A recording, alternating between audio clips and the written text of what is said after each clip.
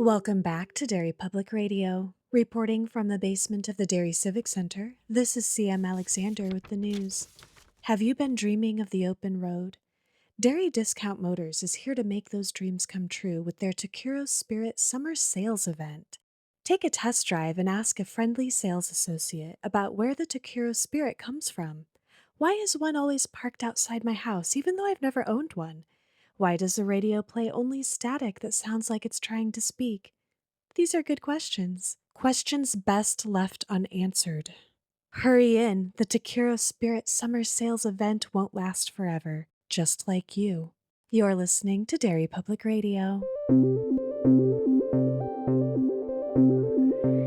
This is Derry Public Radio.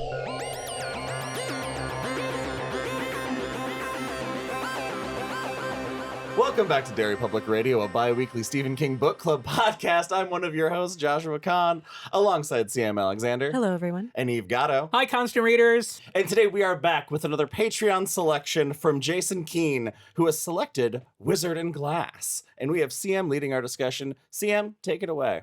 Thanks, Josh. And thanks, Jason, for getting us back here. Yay. So happy to be back with the tower. Okay, normally we don't start episode 1 of a book with a recap, but since The Wastelands left us on a cliffhanger and this picks up right where we left off with this book, I'm just going to remind everyone of sort of where we left things with our Ka Tet. Yeah, it's important because do we have a couple lines of overlap actually between this and our last book? Yeah, I have a note about that. Okay. Yeah. So they just escaped Lud, but they're on Blaine the Mono, which is only marginally better situation. And Roland, very arguably. Roland just put Blaine in his place, which we get again, Eve, as you were saying, in the opening of this book before chapter 1 even begins. Thank God, because it kicks ass. It does. And my note was like, this is so cool. I'm happy that I get to experience it. I love that. And so this conversation included the rules of the fair day riddling or the rail day riddling. Jesus. The rail day fiddling? Oh! So those rules have been set. If Roland and gang can stump Blaine, he has to let all of them off alive before he crashes to his death. And if he can answer all of their riddles, they derail with him. The audiobook gives a really great recap again. And we talked about that in The Wastelands and with the Gunslinger. So before we dive into chapter 1, I want to clarify something that the recap does a great job of explaining. And in our episodes on the drawing of the three, we kind of misinterpreted part of this, the death card, but not for you. I had interpreted this card a little more loosely because I think my brain wanted the third card to say the pusher, because that's very specific. Right. And I would have realized that Roland was supposed to bring Jack Mort through, which is what that card is.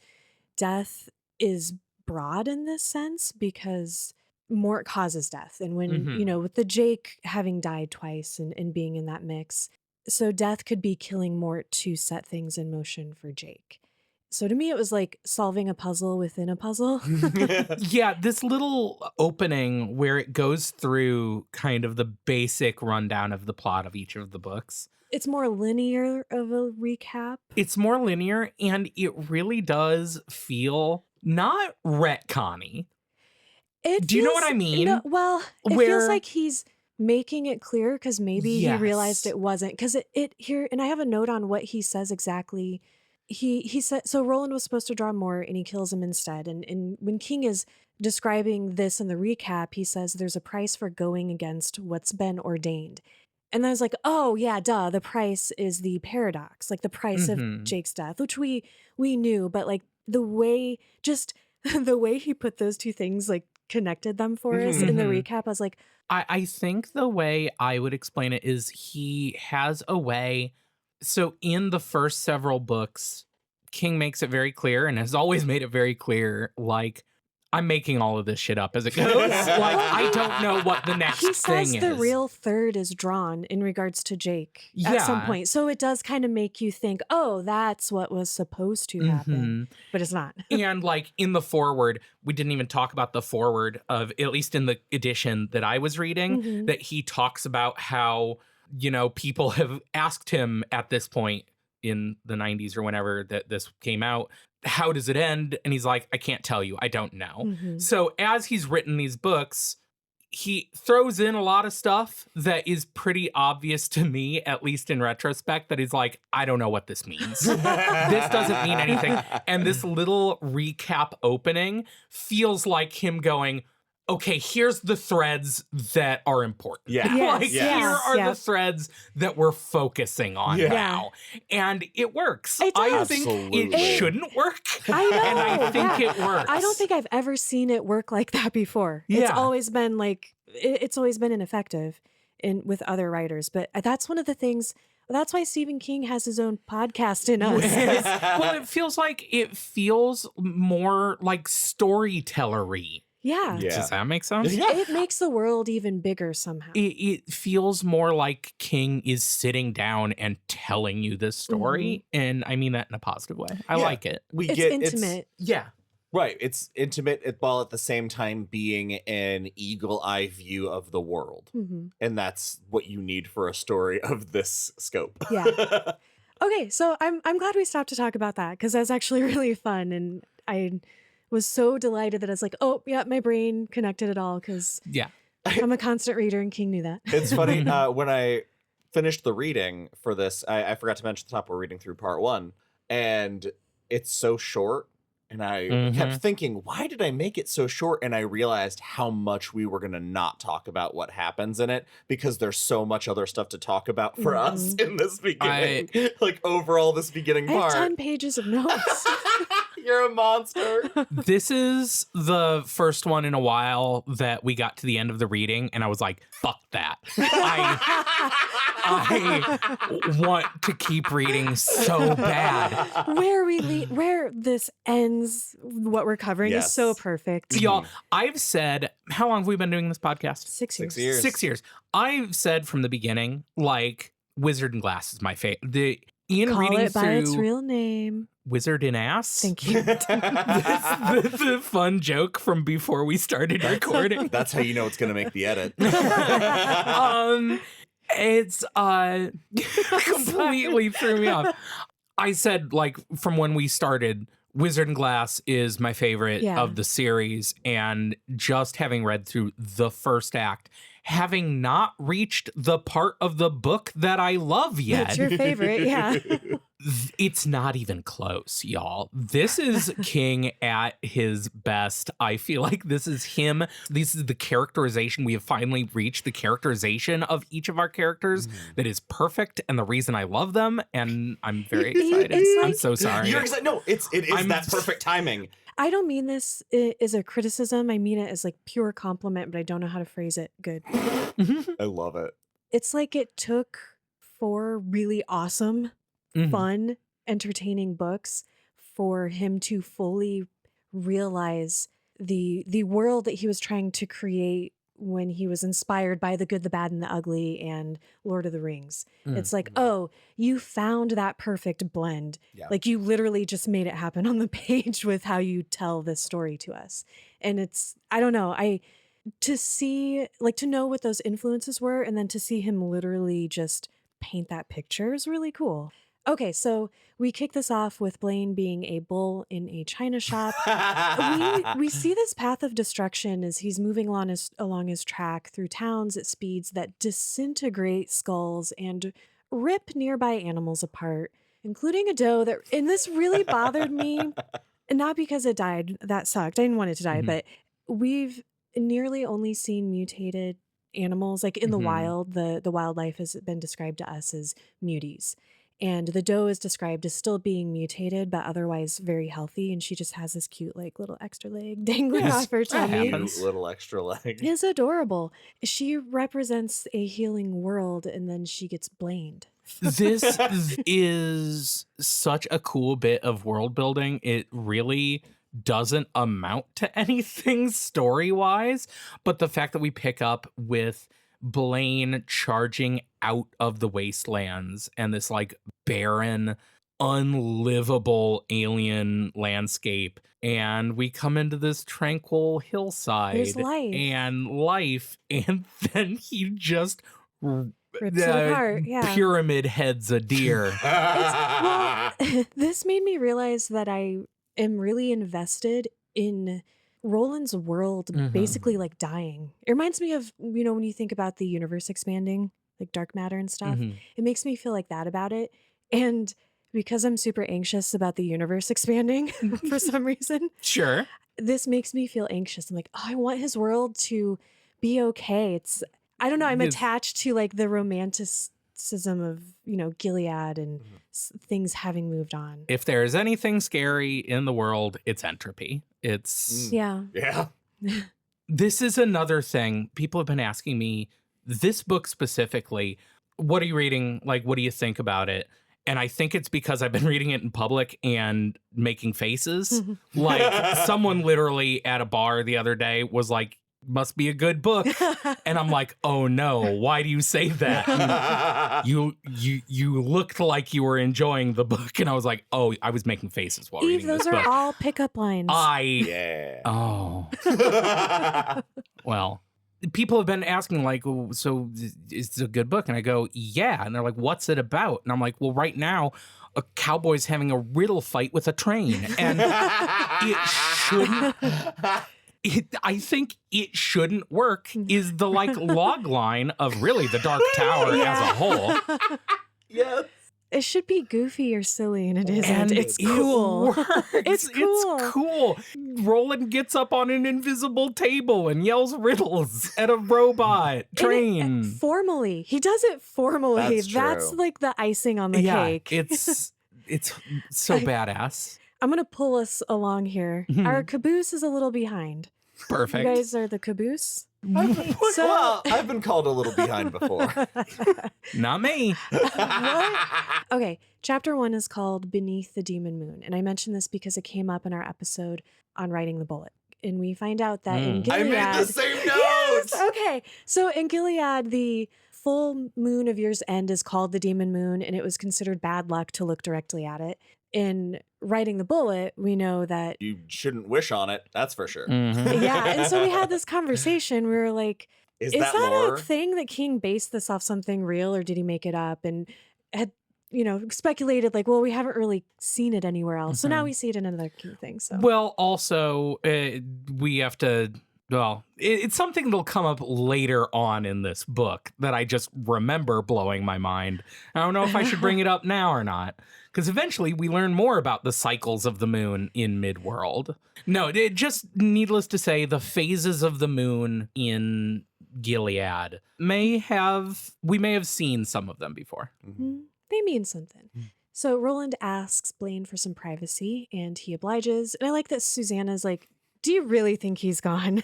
And it also doesn't matter.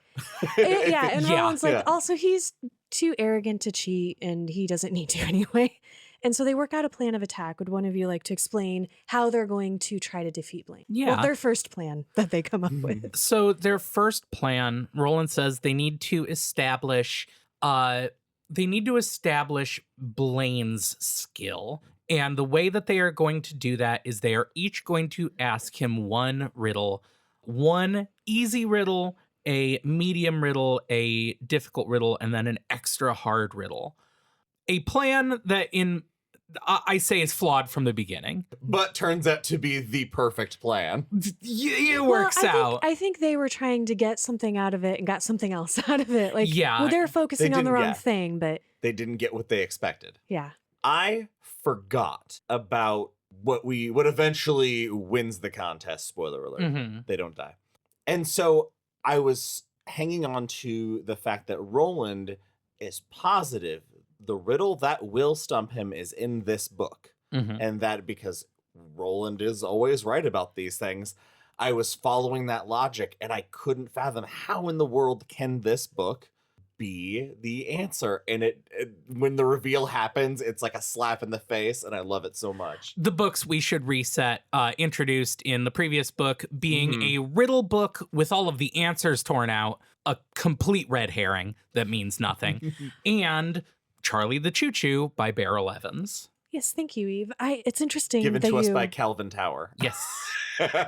It's interesting that you brought that up because I made a note about that too, because I was really frustrated because basically Roland's counting on the fact that Blaine's solitude and boredom have made him human or, in other words, flawed. So if they can find those flaws, they can exploit them. And Roland is so fixated on how important the riddle book is to the situation that they're in with Blaine. And I didn't catch this the first time that I read this book or even a couple after that. But King has already told us several times that Roland basically has tunnel vision.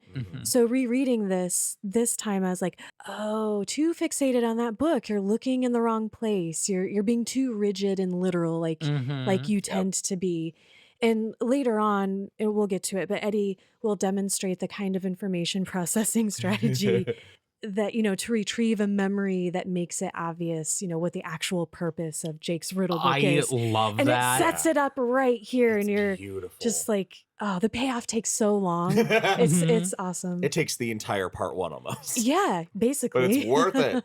I do love the Susanna, you're easy. And she's like, well, some may say that, but it's impolite. It was a very satisfying joke. Now, I wanted to ask y'all, though, we've definitely talked about riddles. I feel like we talked about riddles in the Wastelands.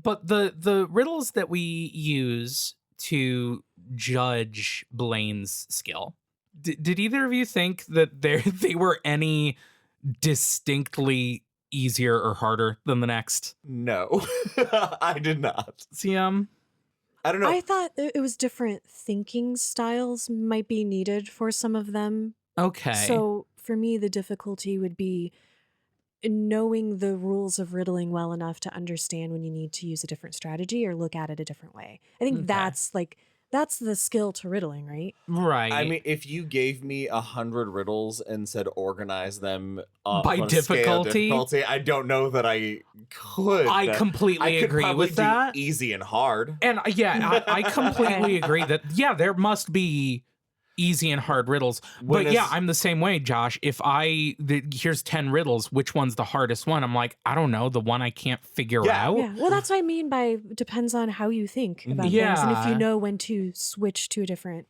I don't know. way. It's throughout this whole section, which again, I think kicks ass and I love. There's just there's the tenseness of the situation that they're on this timer and they're trying to do this, and we're supposed to be feeling that as we're going on, the riddles are getting more intense, and they're all just riddles to me, y'all. And I didn't know if I was just being simple or not. I guess when you put it that way, I didn't ever think like, wow, these are so much harder than the other ones. I'm like, well, that one was, I wouldn't have known that. Specifically, and this is jumping way ahead, when Jake is reading the last one in his book, he goes, well, yeah, and I really thought, wow, they really did save the best for last. And then he just reads another riddle. Yeah. That is like, okay, that didn't seem any more impossible than any of the other ones. The answer wasn't particularly clever compared to the other ones. And this book made me think about riddles in a way that I've never thought about riddles before. I tried to solve them all. See, here's the thing. I think for a really long time, I've just considered riddles as like things you know or you don't. Because like when people start riddling, most riddles that people know, you've heard a million times. Like if it's a riddle that exists, I've probably heard it in like... Well, and some of the language used too, if you're someone generations younger than some of these riddles, just some of those words you might not know what they have mean. A double meaning. So like, I don't know. It's what I meant earlier when I said this contest seems flawed from the beginning is when I think of having a riddle contest with a computer, I'm like, oh, this computer's just going to know all the riddles. Right. Because he knows who Jimmy Stewart is. Why doesn't he have all of our riddle books downloaded? I bet he wouldn't know Eddie's though. Which was also why, from the moment Jake was like, I'm going to save that Samson riddle in my back pocket. Like, that was just in the Bible. He's a supercomputer, my dude. But Jake's a child. I have a question for the two of you. Yes. Did it bother you, Roland's chiding of Eddie? No. Did it grate on your nerves? No. I liked it. Eve? Eddie needs slapped in the face, and this is the book that does it. I'm so happy about it. I completely disagree that that's what happens at all. I think this book is Eddie gaining the self-confidence to realize, hey, don't fucking slap me in the face. I don't deserve it. I'm fine the way I am. Yeah, I'm actually pretty kick-ass, so fuck you. I mean, reality slapping him in the face. Like, him coming into, like, he's finally... It's setting in the Eddie he can be. Okay, I gotcha. I like that better. Yeah, so I worded misunderstood. That poorly. Well, no, it was your like contemptuous tone that made me interpret it as because the Eddie's other been way. annoying. I this know whole Eddie annoys you because you time. listen to the audiobook. No, okay. I just forgot he was listen. so All annoying right. until So this book. Now I need you to decide something for me Yes. because this bothered it grated on my nerves the way Roland treats Eddie. Like when he's telling him, because Eddie hasn't done anything, in my opinion, to make anyone think he need to have the severity of the situation pointed out to him like he was a baby, which he also says too. But I was wondering if I listened to this like 16 times. I've been listening to this for like 3 weeks. Jesus. Because I am busy with classes, so I'm like, Sure. I need to get this cemented in my head. And maybe it's because I've heard Roland give Eddie shit and be wrong for 16 times. Is that the effect this had on me, or was this upsetting objectively? Well, I mean, my favorite part of this first section is Eddie's arc. Like this Yep. feels so much like Eddie coming out of a 3-book arc. And he and Jake becoming brothers? Yeah, Yeah. it's so good. And like the resolution of Eddie's Henry trope. Yeah, Yes. the way he becomes a just friendly voice, yeah. finally. Yes, is a tool, not a so weapon. Good. Eddie uses against himself. Yeah. Yeah, it's so good. And I feel like that kind of disdain from Roland is a really cool characterization of Roland. Mhm. That Mhm. Roland, as we know, is an incredibly serious person. Mhm. Yes. And he takes riddling very seriously. And some things are very silly to take very seriously, says the former professional improviser. Ah, But like he takes it to seriously to a degree that, of course, we're supposed to be like, what the fuck? Give Eddie some slack. yeah. But it gives us this moment for Eddie to grow up Mhm. and come to terms like, hey, he's being a dick to me. And he shouldn't be. Yeah. Because fuck you. I'm going to. It's beautiful. Yeah. Yeah, it's Look, awesome. I love it.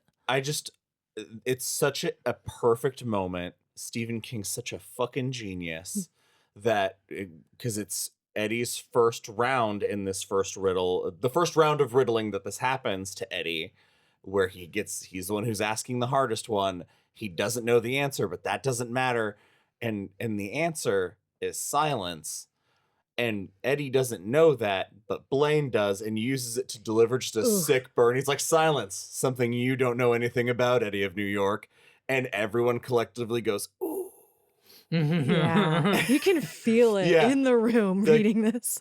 And like, if a supercomputer burns you that hard, you do have to take a step back and look at yourself. Mhm. I had a sad realization. Yes. If you dated Roland, you would never laugh. I don't know if that's true.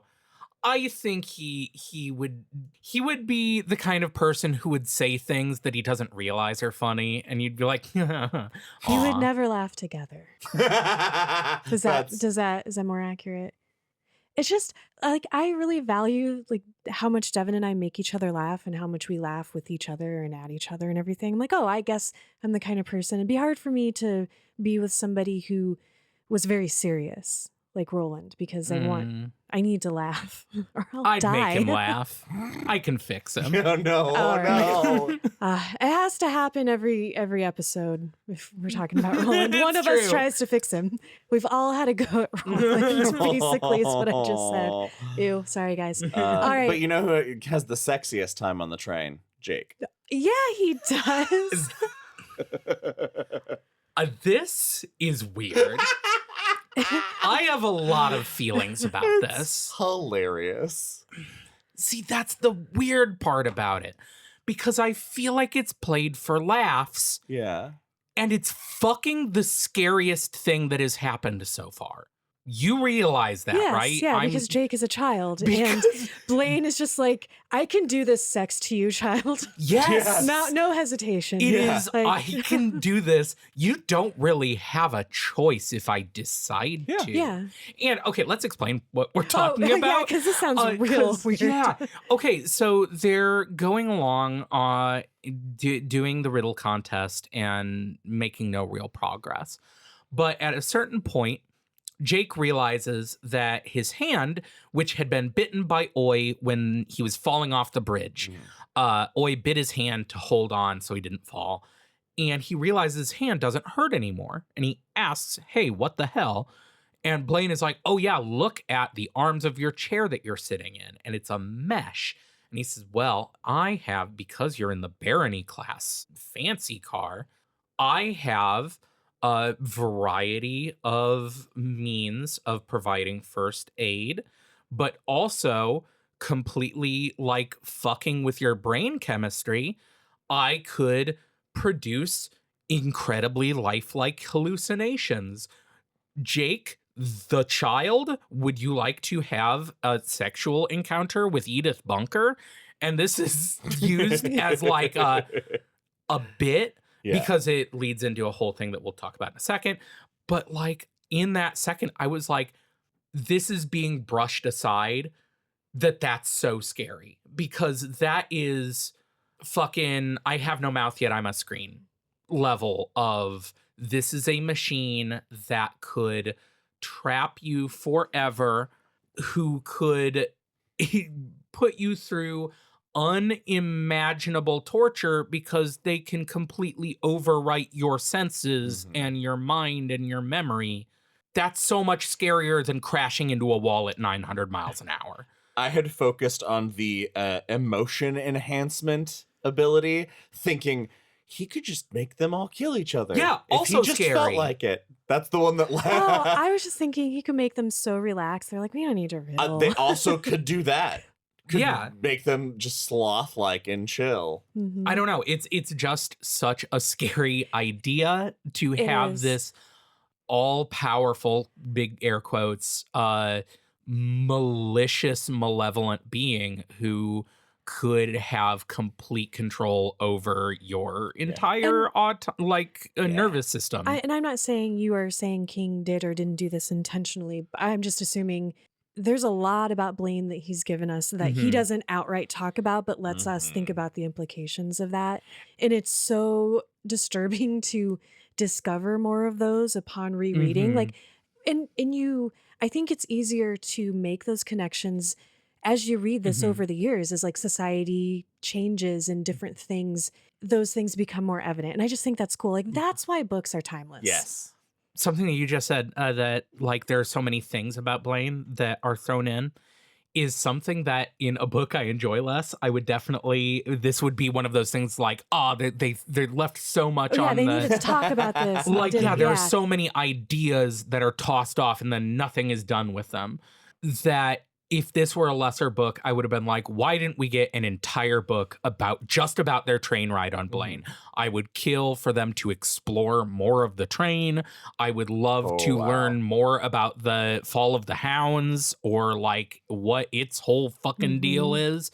But I think this is such a well-written book and the action and the pacing is so well handled that all of this comes and goes and just makes you go, what? And then it's gone by and you're on new stuff it's and you're like like, a train passing. It's great. You barely have time to process it and it's gone. Yeah.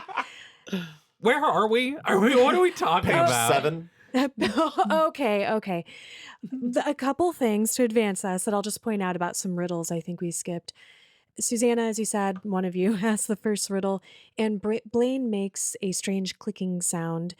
And it didn't stick with me because it was the first question. And maybe that's normal. So I immediately forgot, because I'm like, maybe he just clicks when he's like processing something. what has wheels and flies? Yeah. A garbage truck. Exactly. Yeah. And that's the thing is the click, it says mimics the sound of somebody smacking their tongue.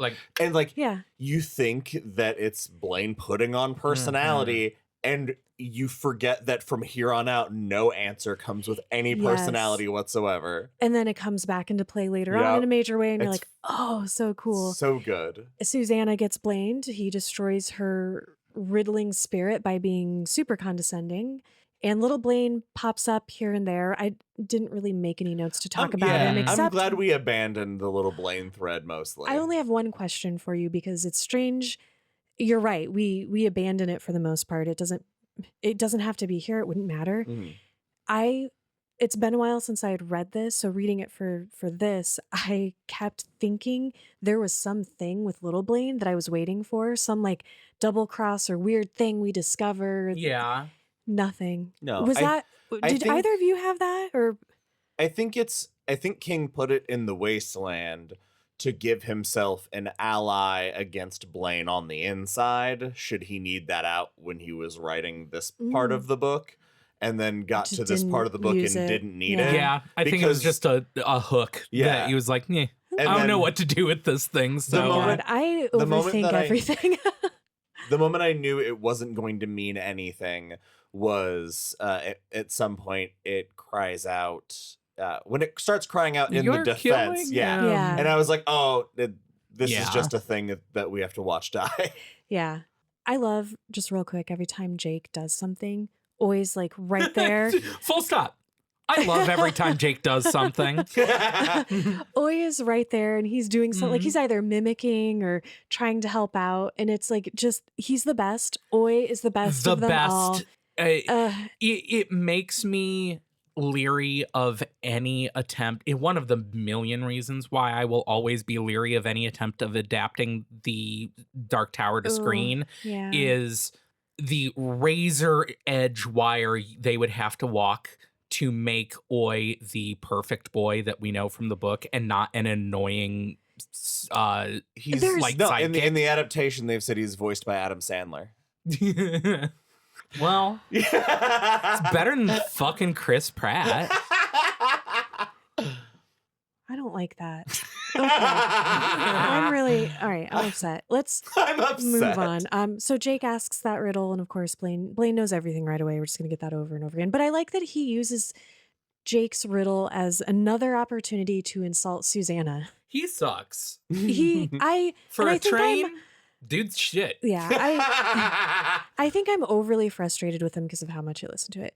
So next up, we have Roland with his first riddle. How does he do? Same as everyone else. Pass, fail, it's all fail. He just loses all confidence and hope, like instantly. And we get a lot of like, they share Kef because they're a Ka Tet. Do you guys want to talk about? Yeah, I like this. There's a segment where we go to Jake's perspective, and he's sitting there as Roland is starting, and he's like, the only feeling I am feeling in this room is doom. He can sense it and can tell that the others can sense it off of him.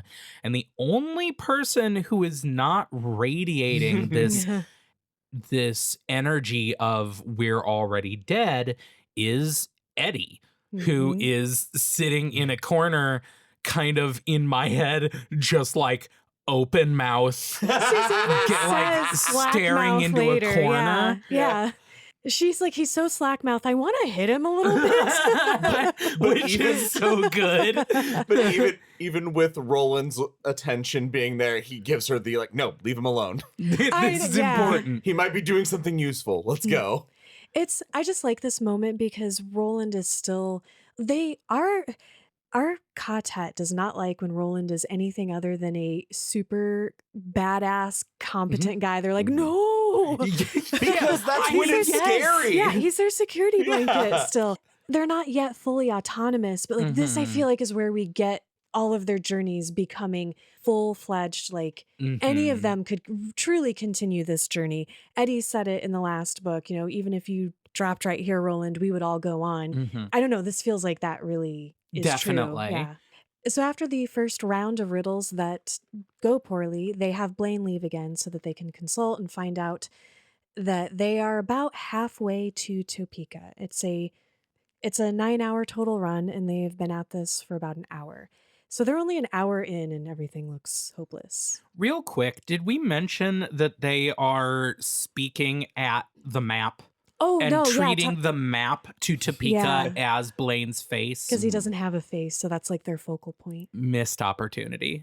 We needed a big Zordon tube. We'll get it in the adaptation, Eve. Yeah, be careful give what me you're asking for. No, I'm going to become the art director. Hey, Mike Flanagan, I want to make your movie bad.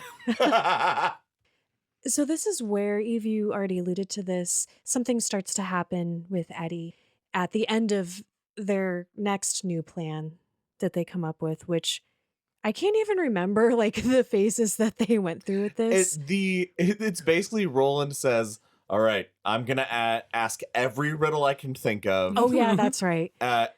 Eddie, Susanna, you think, and when I run out of riddles, Jake, read everything from the back of the book. Go nuts.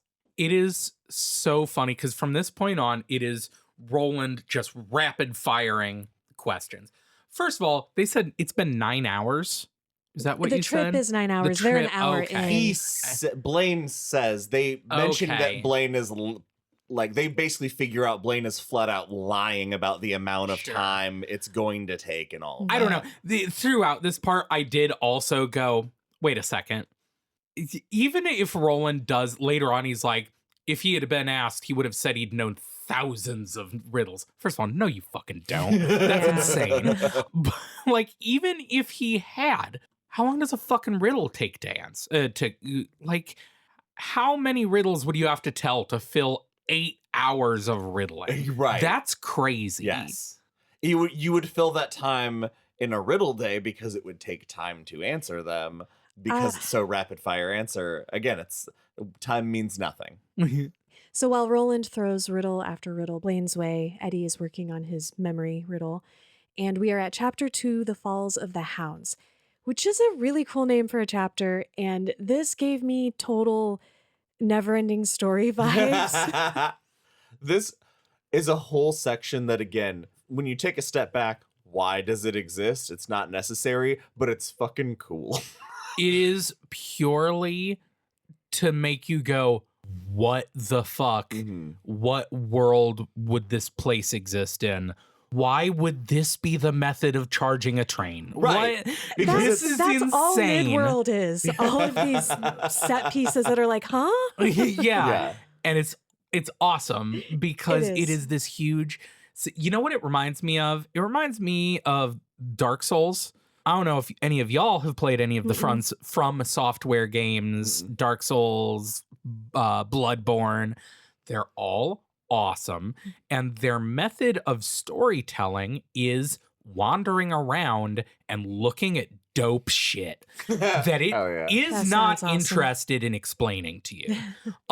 It is, those games make you, like, if you want to know what the fuck is going on, you have to read, like, flavor text on every item in the game and then like piece the story together.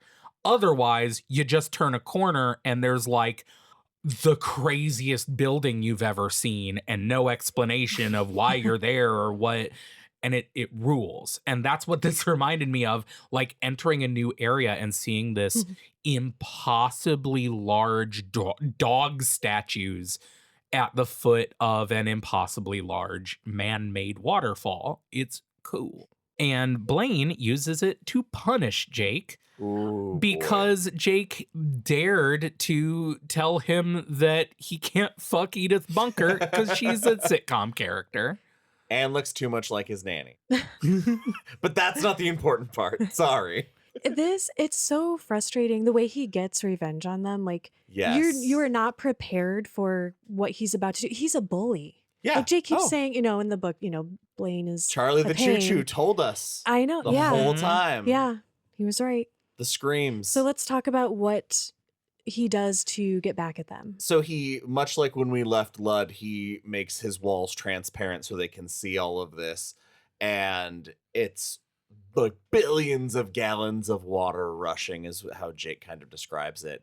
And they hear the water, and then it gets louder and louder, and basically if he amplifies the sound by 1,000 to the point that Jake's about to collapse. No, that's not what happens, actually. He just turns off the sound dampening. He doesn't really? amplify it at all. I thought he ratcheted up the sound. No, he just is like, let you hear what the falls sound like. And they're like, oh, it's so impossibly loud. Jake thinks his eyes are going to burst. And then it clicks off. And Blaine says, oh, I just thought you would want to hear what the actual falls sound like. I took that to mean of like, that's how loud it would be if you were just standing outside. I love that because that's believable because of how huge they describe it being. Cool. Yeah. It makes it so, again, like the landscape feels so alien and threatening that just being outside here, the noise would kill you. I took it as because they are so far away, Blaine was giving them the sound of the falls, like that's how I had taken it too. Yeah, like a directional microphone at the impact I'm point. with you on that, but I'm gonna switch. That is really good. I'm gonna switch to Eve's. And then somehow the statue channels the beam or a beam. It's when Reverend Jacobs got a job for North Central Positronics. Yeah. So they are basically what is powering up Blaine's battery. So he's stopping here to recharge. And as he fuels up, Roland is telling the others that he is running out of riddles. And it's so cute where Jake gives him a look that Roland like immediately sees right there. Sort of like how can you be out of riddles? I'm so disappointed. I love that Roland's like, I know, I should know thousands of riddles, but the world is moving on. It's the only explanation. No, this is so upsetting because he frames it as because he is part of that world, that must be happening to him too. Like his mind is eroding basically. And again, it's like with the fingers, the idea of Roland diminishing in some way. And it's like, I always thought of him traveling along the path of the beam, searching for the tower as sort of him leaving a world that is moving on. And so maybe he's not going to be subject to the effects of that. And the idea that he's still is part of it is, which really is shown again later on with the Wets, that they are still, even though they have now traveled so far outside of in-world and Roland's home world, he is still of that world because only the bullets from his world will block out the noise of the thinny. What a cool way to make your main character, who's just almost like ultimate powerful, super badass, vulnerable. Like to scare us, to make us not feel like safe or comfortable, to kind of rip away. He's our security blanket too. I just realized that. Yeah, he's a super badass, awesome, timeless cowboy man. But also, sometimes his fingers fall off. And he loses his mind. And he's old, yeah. So Blaine is moving along again, although he is running slightly slower now that he is drawing his power 600 miles per hour. Yeah, instead of 800. Yeah. And Roland is a good sport, and he keeps digging through his mind palace for more riddles. Eddie keeps thinking, and Jake and Susanna just kind of keep despairing. I love the segments of Eddie thinking because I do too. What does it remind me of? King has definitely used this in the past where Eddie is trying to. It's a Dreamcatcher. It's a Dead Duma Zone. key. In Dead Zone. Oh, yeah. It's Duma key. It's him trying to think, and Dead Zone. Yeah, it's him trying to think around corners. It's actually a cognitive memory strategy. It's literally how our brains work. We make so cool. connections. It's really cool. And like it's so real because like I've definitely, the way my brain works, I have the worst memory in the world. And like Eddie at a certain point is like, why am I thinking of Roland helping Jake light the campfire? I know that's not what I'm trying to think of, but I It's know gonna if I get you there, try to yeah. think of what I want to think of, I'll never get there. And I'm like, hashtag relatable. That's the only way I can find my phone. So Yeah, it is really cool. And this happens, so we can just get to that part because we wrap up this chapter we're like an hour from Topeka. Blaine gives them a warning, and Eddie kind of argues with him. He's like, it hasn't been 7 hours. And Blaine's like, hey man, time runs different here. You guys all know that. And he, continues to mess with them, causing Jake at some point to flip him off, which I just mentioned because it's funny, and is explaining, hey, you're all going to die soon, so you might want to throw your best riddles at me. And so we are at chapter 3, The Fair Day Goose. So we're fully with Eddie in this chapter, which is really cool because, Eve, as you were saying, we get all of this awesome stuff about him. It's a specific memory of him and Henry. Do you want to talk about what that was? Yeah, I love this chapter. Eddie is probably my favorite character of the series. Yeah. He is. It goes back to Blaine being like, hey, sit down and shut the fuck up, kid. Your riddles suck and I hate you. And he sits down and he's like trying to think of something and he doesn't even know what it is. So he thinks back to Roland scolding him for something. And that reminds him of hanging out with Henry and his friends and all of his shitty friends that talk like Stephen King high schoolers. Like greasers. Yeah, fucking real ass jabbers. I'm gonna give him a rupture. Shut up. But they're all talking about who would you want with you if shit really went down. And they're all talking about their shithead friends. And it comes to Henry and he goes, well, Eddie, obviously, when the chips are down, Eddie's the dude you want there because he pulls it out. He can talk the devil into setting himself on fire. Even Eddie was shocked because everyone's like, why Eddie? And Eddie's like, yeah, why me? And it's this like rare, happy memory of Henry acknowledging the him. best abusers are nice to you every once in a while. Sorry. But as he's thinking, and we mentioned earlier, he starts hearing Henry talking to him in his head, but he recognizes like it's not malicious. It is him being like, hey man, things are bad, but you got this. And as Eddie's thinking, he's thinking in circles. And what is it that brings him to... It's when he recalls why he keeps coming back to the moment with Jake and Roland at the fire. And it's because Jake was getting so focused and frustrated. Roland asked him a riddle, but one that's kind of a joke to loosen him up. And that's when Eddie realizes, good riddles. Good is subjective. I think it's something to the effect of good has always been the word up for debate here. Yeah. It's something such like an that. Eddie thing. Yeah. And I love it. Oh, I have to mention too, around this time as Eddie, and I love it's described as he's blowing breath into the keyhole of his memory when he's going down this path, because of course we have that fun little side entry to the Dark Tower series, Wind Through the Keyhole, for anyone who's not familiar. At this point our Ka Tet is 25 minutes from the end, and Roland's pulling out all of his best riddles while Eddie is following his memories, and they are now at 19 minutes. Nice. I had to mention that. And since that is a special number, since that's a special number, this is not a sex number. What? In this context, not for you. The game is about to change. This signifies, which I never picked up on before, 19 minutes, and it signified like he's got it. It's the end game.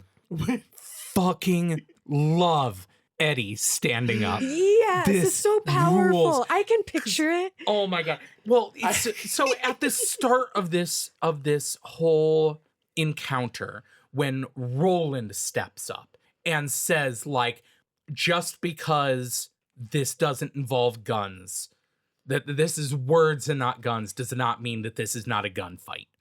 And this is us standing our ground. And he stands up and stands on an invisible table, and it's awesome. And we should mention too, they're focused on how he answers, not whether he's right or wrong. Yes. And when Eddie stands up, they're all defeated, and he stands up and gets the same moment, but he is choking back laughter. Yeah. Is so hard ass. Like it's so awesome. He's like the complete opposite of Roland too, who I mentioned at the start. It's a very formal process, and there are like hand gestures, they're doing signs the greetings, of, for respect and stuff. And Roland is so like formal, and that's like the way he is though is still powerful. And then Eddie, the very thing that he's been getting shit on by everybody about, his personality, and he gets to use that to, instead of being formal, he's just Eddie, and he goes in with that energy that Henry was telling his friends about. It kicks ass. Oh, which one of you want to just take us through this? Josh? Oh yeah, okay. Yeah. We need to resolve your giggling. What? I love that you both got so hyped when Eddie steps forward, and even though I knew that we are entering a victory for Eddie, I still had a little bit of oh no. When Eddie stands up in the forefront. See, I think it's because I really related to Eddie with the whole riddling thing in the last book when Roland got mad at him for telling a joke. Because all of my favorite riddles, I guess I found out, are more like wordplay, like puns and stuff. Same. Which is what Eddie is realizing, that jokes are technically, they're the same tool as a riddle. They teach you to think the same way. Thus, jokes are riddles. So I feel like Eddie, so that means that when people insult him for being that way with riddles, I feel insulted too. So I'm very defensive, and I love this moment.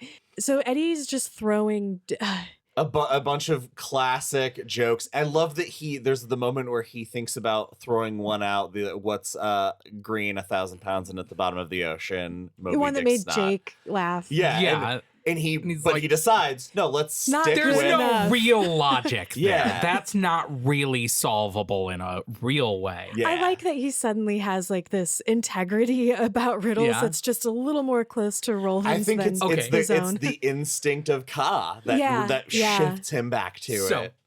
I have to say, I love this segment. Obviously, it's great. It is really, I love the intensity of Eddie shouting these joke riddles as though they are bullets and like advancing on the map as he is yelling at. It's really cool.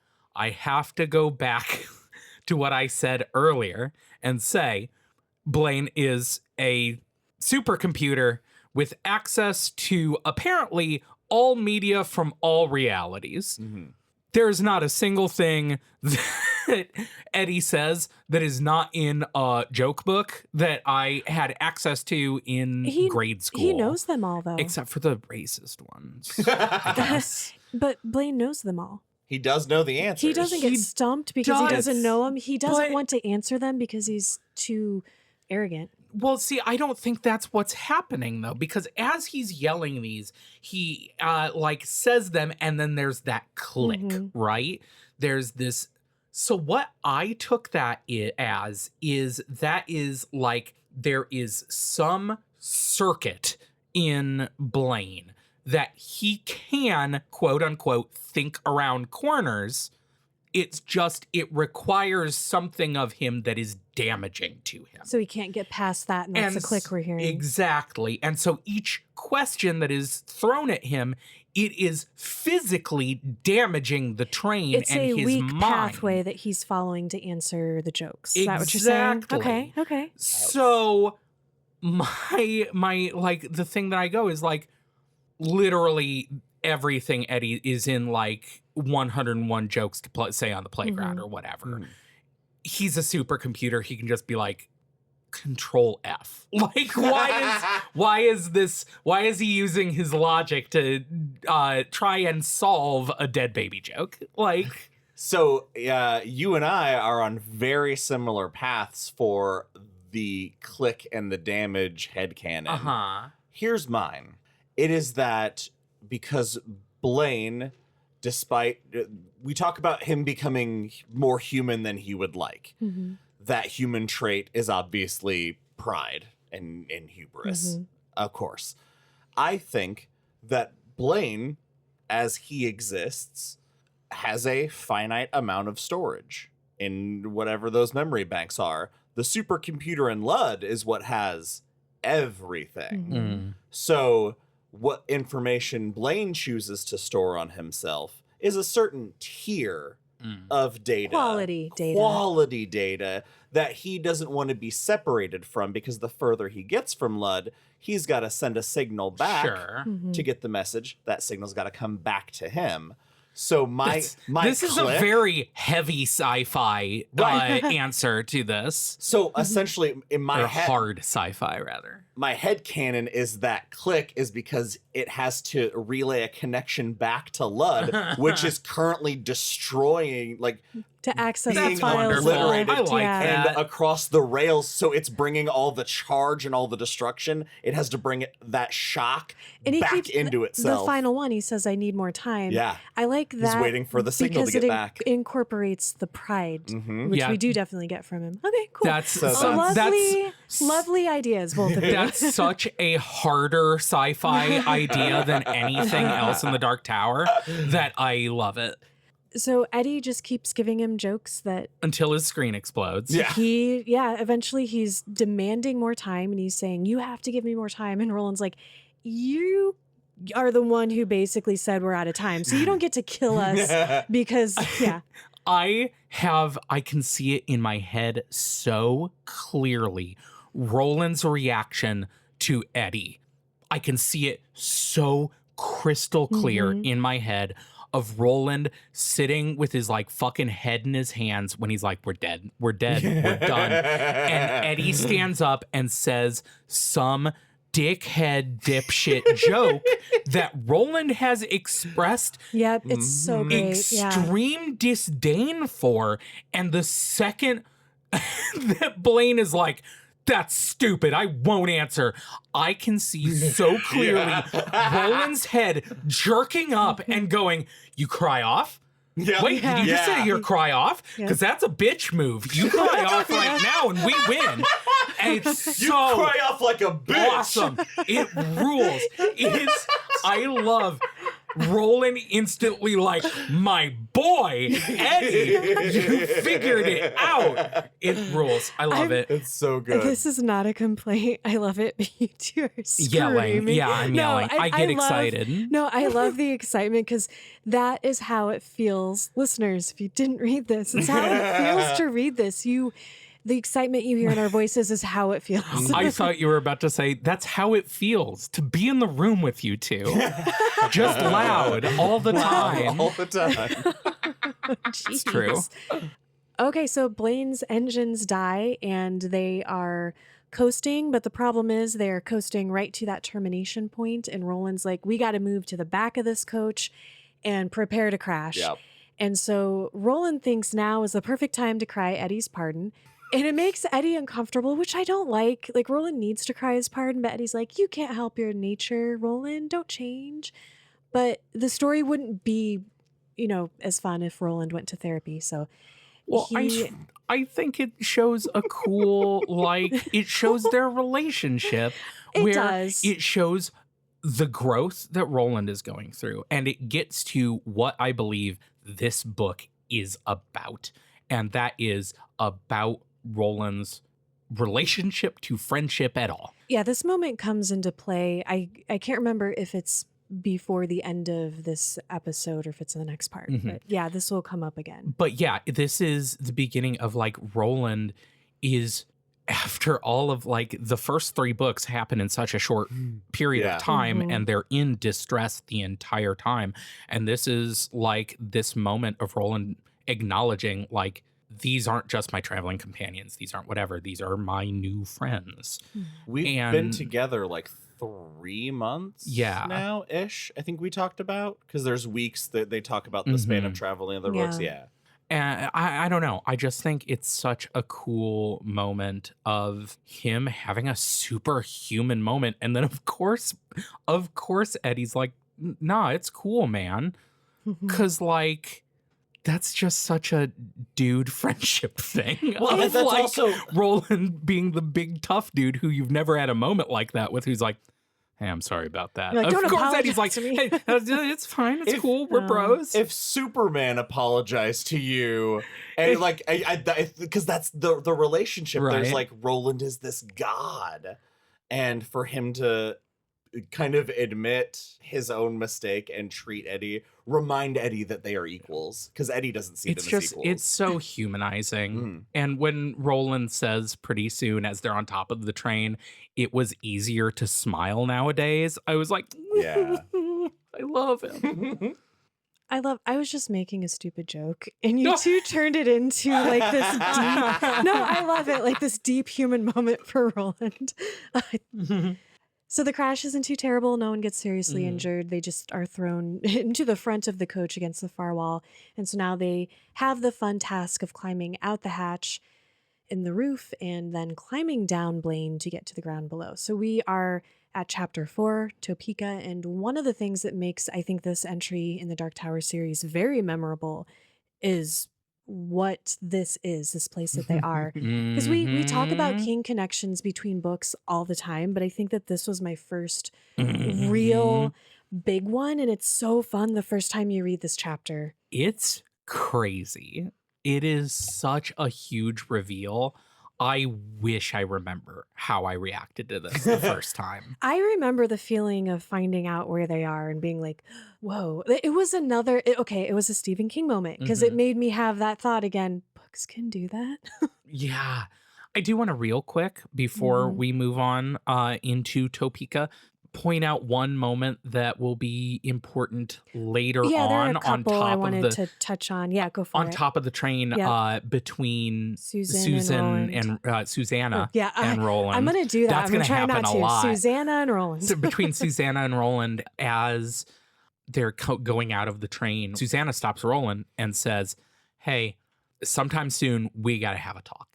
Because he notices she's touching her belly in a way. And does know immediately what it is. Because at first he's like, huh, that's weird. And you're like, Roland, why do you not immediately know that she's worryingly touching her tummy means? And then he's like, at least he hoped he didn't know, because demons. And I'm like, oh. Well, and I love, he's like, demons have a way of altering things. For the worse. And you're like, no shit, Roland. We're going to put a pin in that for several books. But she does say, she's like, yeah, we got to talk later. And he says, oh, you, me, all of us, or just you, me, and Eddie? And she says, just you and me. This is... Oh, yeah. And this is a huge sign of trust.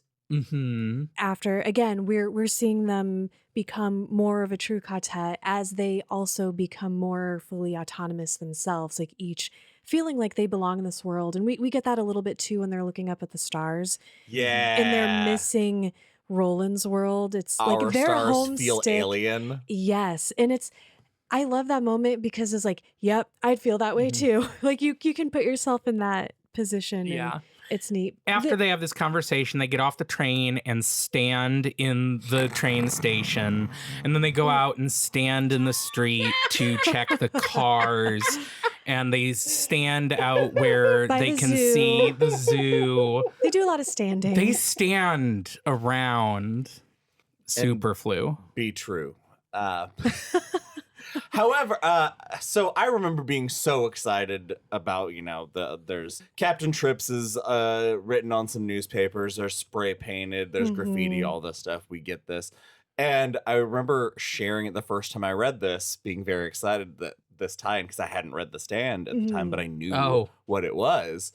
And was spoiled for me that it is the obvious giveaway that this isn't the Superflu of The Stand, is that it's in a Topeka that's southeast of New York. What? Because Lud is New York. Sure. And Blaine travels southeast to Topeka. And so it's another level of the tower where a Superflu existed, but it's not the Superflu world of The Stand. Okay, so I didn't, once again, I didn't take that to mean they were literally, I just was like, this was one of the things that I liked, is because they say as they were on Blaine, they had to have traveled. This isn't the world of They must have passed through Thinny, although no one noticed it because they had Right. other things they were doing. Yeah, And they were so going so like fast. they aren't literally southeast of anywhere. They're just in a new place. Well, it's pretty much any Blaine's time. path is southeast. Yeah, but they're off the beam now. I don't know. Yeah. Time and space don't really mean Sure. anything. So I was just like, yeah, sure. They left New York and ended up in Topeka. Who cares?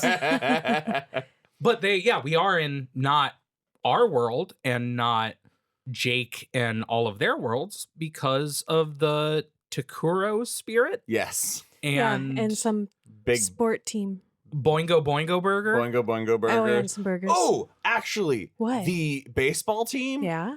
This is a kind of a cool note. Okay. The Kansas City Monarchs. Yes, which were a real team.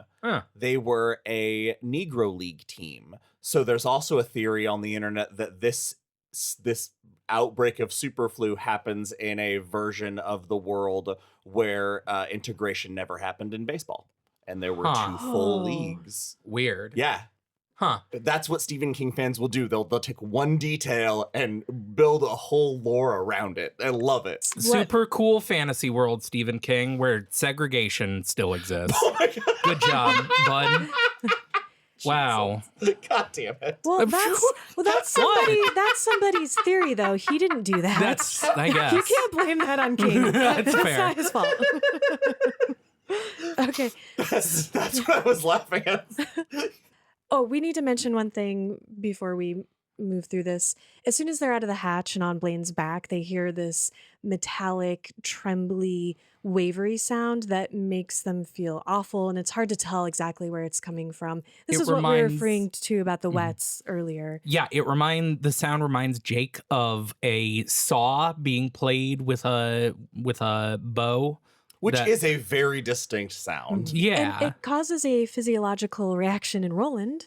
Yeah, he almost passes sends him back in time. Yeah, he starts to say Jonas and Reynolds and DePape, oh my. Every time. And then he almost falls off a train. I don't even like it, but every time it happened, I would add that. I hate it. He mentions just a few things, the big coffin hunters, the coups, and of course Susan, who he's mentioned a few times throughout the books. And we are going to spend a lot more time on all of this in the next episode, so put a pin in it for now, which is basically what Roland keeps telling them when they're like, what's going on? Also, are we going to get your fun Western backstory? Oh, fuck. When Jake asks, is it gonna be a Western? I love that. I love that. And when Roland's like, huh? What do you mean? And he's like, duh. Fucking look at him. Look at him. If Roland's in a story, it's a Western. Don't be stupid. I'm going to try to say this carefully so I don't spoil it. Susanna asks Roland if he thinks they'll meet the author of Charlie the Choo Choo, Beryl Evans, because she wants to thank her. And he's like, I guess it's possible. All right. It wouldn't be crazy to meet an author. It would make a lot of sense. And I would love that it happened. Great, yeah. So the rest of this chapter is just them exploring. We kind of already summarized that. They read the newspaper, read all about Captain Trips, which was cool. The only detail that jumped out to me that I wanted to mention, because we don't really get a lot of it in The Stand, is when they look at the newspaper and it's like one page about the news and then the rest of it's obituaries. Yeah. Because it was still at a time when people were committing to the norm of... We didn't, you said, we didn't get that. It was Susanna saying they tried so hard to honor their dead. Yeah. It's got an emotional weight to it. And the other important thing that happens is that Susanna gets a more modern wheelchair. Yes. Which is awesome for her. I love that her reaction is like, we're going to be so fucking fast.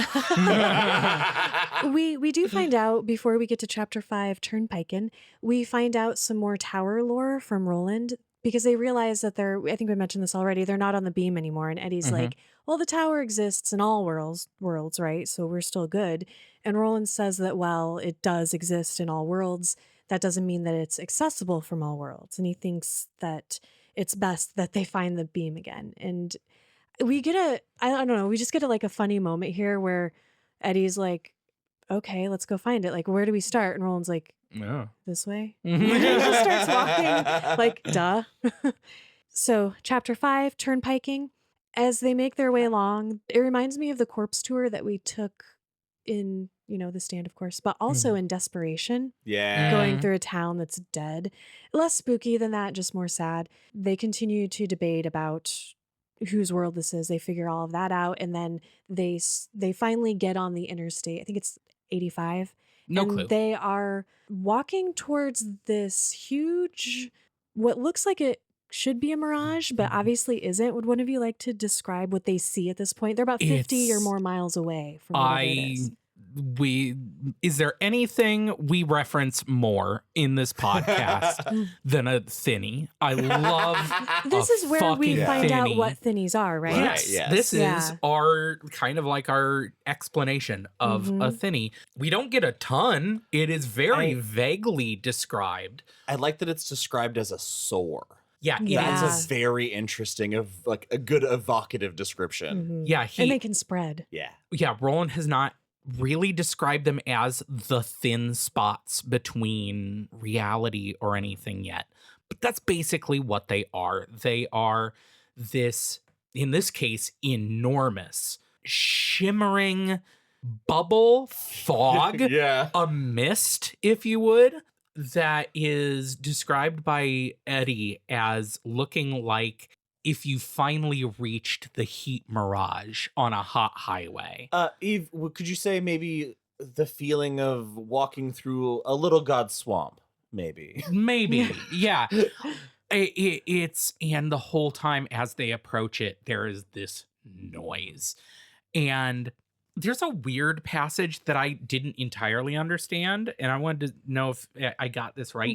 Because at a certain point, I believe it's Jake looks and he sees a street sign, and he says that he can see it is, how does he describe it? He describes it as like pulsating or something.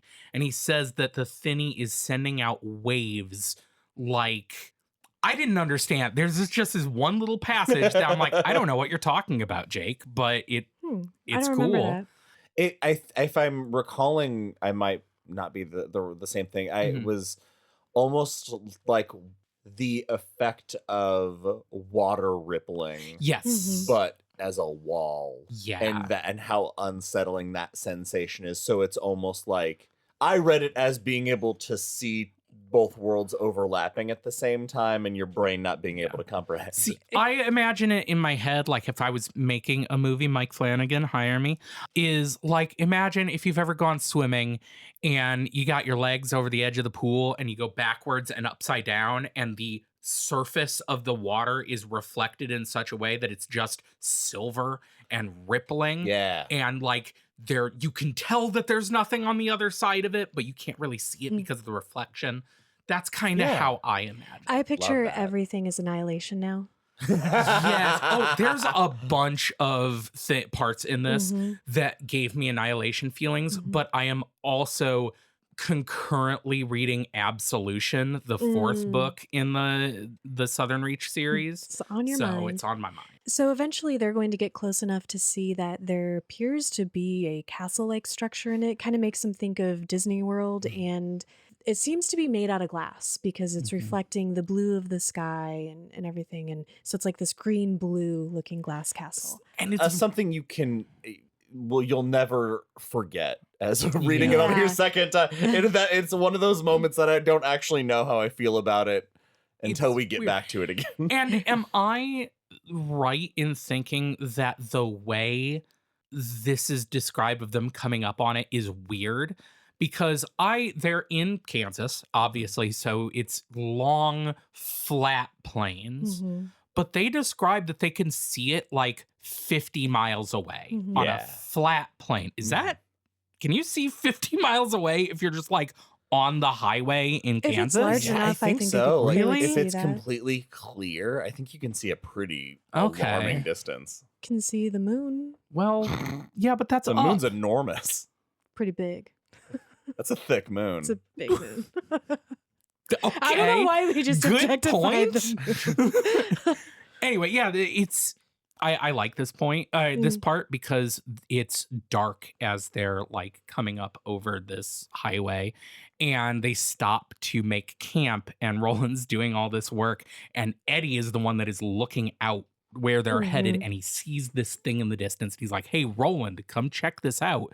And everyone's kind of like lined up looking at this thing, and Roland comes up, looks at it, and Eddie's like, what is it? And he goes, we'll see it closer when we get there. Yeah, perfect. And Eddie's like, yeah, but that's not my question. He's like, yeah, but we will see it closer when we get there. And then wanders off. And he's like, well, great, cool. Great conversationalist, Roland. But in the morning, Roland is also like, I want to talk about it. He doesn't seem to want to look at it even. Yeah. And it's very weird. And Roland is in a mood, but Susanna believes that it is because this entire time they've been walking, he's been saying, tomorrow I will tell you the story of who Susanna is, and you will judge me soon. God damn it. And you will judge me how you will then. We sure will. We have to mention one thing before they camp for the night and Roland tells his story, because we get a very wild dream from Eddie during one of the nights they're camping. Yeah, he has a dream that they're in Jake's world and they're at the parking lot. They see the rose and it's beautiful, and they're like, oh my gosh, it's beautiful. And then all of a sudden Gasher is in a bulldozer, and he's gonna a crimson bulldozer. Yeah, thank you. He's gonna kill the rose. And Eddie's like, I'm gonna throw my body on top of the rose to protect it. Just like no questions asked. He just knows that's what he has to do. And he's trying to save the rose, and all of a sudden it's not Gasher behind the wheel anymore. It's Roland. When Eddie wakes up, of course, Roland is already awake, cleaning his guns. And Eddie very reluctantly tells Roland the whole dream. And before he does this, though, he first asks him if he would ever betray them. And Roland's like, never say never. You know, that'd be a bad thing to do, though. Oh my God, because we're Ka Tet. Although definitely don't completely trust me. And Eddie asks if he'd ever betray his quest for the tower. And Roland gives the kind of answer Eddie needed for the first question. Because he's like, no. Like all of a sudden he's like, I'm okay with absolutes. I would never do that. All of a sudden. Wait, we're going to gloss over that we found Charlie the Choo-Choo? Oh, yeah. We found that in Gage Park before we got on Interstate 70. Josh? Yeah, as they're like leaving Topeka, Jake stops in his tracks and they see Charlie the Choo-Choo and probably Engineer Bob dead inside him. And it winks at Jake. Yeah. And nobody sees it but Jake. No, it's a small bit, but it's just like, all right, there's Charlie. We have to go. Yeah. We just kind of closes the loop there. It's cool. Yes, the dream. Okay, it's super weird, right? Yeah. That's my point. No, so this part, I kind of gave me whiplash, because I love this part because Roland and Eddie are having this conversation, and we as the reader are like not entirely sure what Roland's motivation for answering this question is. At least that's how I felt. Because Eddie explains this dream. He's like, there was a rose. He tells them, I saw Gasher threatening the rose, but then it turned into you. What the hell? And Roland's response is basically, nah, fuck that. He's like, nah, don't worry about that. It's fine. Like, you can't believe dreams because they mean everything or nothing, which sounds like a cop-out. Sounds like something you would say when you hear a dream where you destroy the thing that your quest is about, and you go, I can't think about that. So let's just change the subject. And he also excuses it by saying that things can send them dreams and not all of them are helpful. And that's the next part, because I'm like, and my knee-jerk reaction is like, what the? That's kind of a jerk-off question, answer to the question, Roland, where you're like, don't worry about it. Don't worry about me. But then he immediately, like you had said, he goes, but also, keep an eye on me. Yeah, I bear watching. I bear watching. And then when Eddie is like... Eddie says, I trust you. And my question to you both, who's more surprised by that answer, Eddie or Roland? Eddie seems real, like, it's described as he says it so awkwardly that Roland's like, wow, he does trust me. Yeah, I think Eddie, you could interpret it as Eddie realizing it as the words come out of his mouth, which is cool. I just think that this scene between the two of them is really like well written and nuanced to be like, Roland recognizes, he's like, no, I would never betray you. But listen, like it could be it could be a dream about a demon. It could be it's just like him acknowledging, like, yes, things could go bad. But right now, this is not really a productive line of thinking. Where he does not spend time on unproductive things or things that they'll find out in 50 miles anyway. Yeah, I just think it's a cool moment. No, I like that. I'm glad that you brought that up. Can we please, I don't even think I made notes, just talk about the last chapter of this? Because this is where Roland is going to tell, he's like, Jake, you're old enough now that I can tell you the rest of the story that I held back on. Because after I won my battle with Court, I did the logical thing and I went to the brothel. Yeah. And my dad beat me up about it. This is a badass lost my virginity story. Like, okay, if I had lost mine and it had ended with a bullet being fired, that would have been the best. That's insane. I love though when he does describe it. He was like, I went and I bought some sex. It wasn't as great as everyone said it would be. And Susanna's like, well, you bought and paid for it. There's a different quality. And he has this moment where he's like, huh, yeah, good call. So yeah, we get that story and it's really fun. That I have to bitch about something though. Yes. Roland kicks us off by saying, hey Jake, do you remember the last words you ever spoke to me before I let you fall to your death? You probably don't remember the most important moment of your life, but I do. And then Jake's like, oh yeah, when I had my fall. And I was like, oh. Yeah. Oh, every time. Well, that's not that Jake anymore. That Jake didn't fall. Oh. There's a detachment there. I don't. Stop it. So anyway, we get our infamous words, go then, there are other worlds in these. And just to kind of refresh everybody, Stephen, and Roland have this confrontation and Stephen's like, ah, shit. Well, you can't come home and don't worry. I'm not sending you. I'm sorry. Oh, go ahead. So the conversation that we didn't get the first time, this new information where the story has normally left off is his dad showing up and like the next thing we know, he's gone. What we find out is this conversation they had.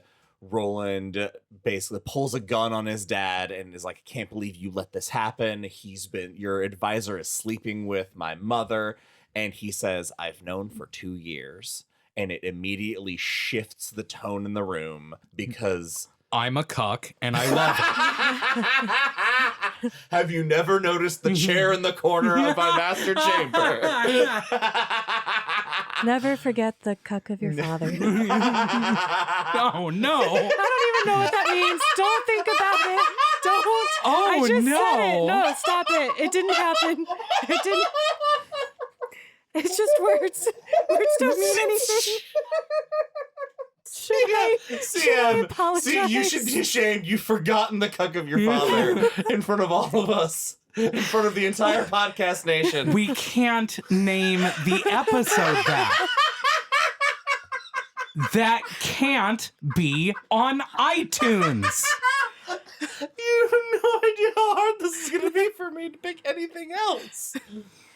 Oh my goodness. What were we talking about? Okay. The point here being that when we initially thought Roland left Gilead at odds from here on out, in truth, we find out that he was sent on his very first mission with his very first Ka Tet, and we will find out how that goes next time. Hell yeah. That's it for this episode of Derry Public Radio. As always, thank you for listening. Join us for our next episode where we will be reading through part 2. For CM Alexander and Eve Gatto, I'm Joshua Kahn reminding you, you can rank me to the dogs and back, but I'll never lose the hard-on I used to fuck your mother. Hey everyone, thank you for listening to Wizard and Glass Part 1. We hope you enjoyed it. I have something for you at the end here, so stick around, but first, the usual reminders that we want to hear what you think about this episode and the story, And you can tell us by sending us an email at derrypublicradio@gmail.com. You can also follow our socials and talk to us and other King fans. Search Derry Public Radio on those platforms. We have a lot of different discussions going on with other King and horror fans in our Discord. You'll find the link for that in the show notes. And give our Etsy store a look and follow our Patreon to get access to bonus content at the $5 and up tier, plus a lot of other perks, including some new stuff that'll be happening on our Patreon. And if you're not ready to become a member, you can follow us for free and keep an eye on what we're doing. I didn't mean to make that sound like weird and serious. It's just normal stuff. Everybody got that? Totally normal stuff. I think that's the perfect segue into some extra audio that got cut from the episode. Hope you enjoy. I have a problem. I keep saying wizard in glass because we had this stupid joke that the porn parody of this would be wizard in ass. You gotta save this for the podcast, CM. What are you doing? What in the world? So in my mind, I've merged them. We? Well, me and Devin and a few of our friends. How many other friends do you talk about? Wizard in ass. Only a very few, a reasonable number. This I have some podcast art is to the commission. reasonable number. Just a second. I gotta go to Tumblr real quick. And now all of you. That's all for now, listeners. Goodbye.